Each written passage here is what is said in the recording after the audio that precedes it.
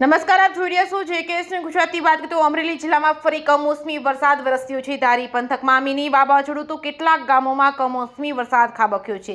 ધારીના સરસિયા, મોરજર, ગોવિંદપુર, પીપરિયા તેમજ માણાવાવ, ગોપાલગ્રામ સહિતના ગામોમાં વરસાદ વરસી રહ્યો છે। મોરજર ગામમાં કમોસમી વરસાદ ખાબકતા કેરીના પાકને નુકસાનીની ભીતિ સેવાઈ રહી છે।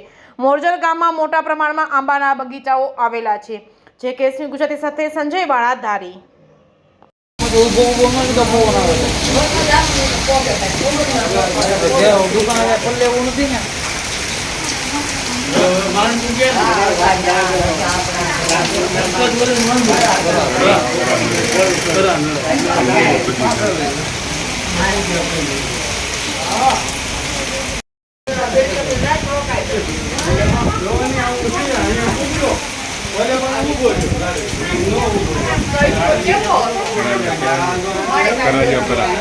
ઝૂમ કરો થોડું।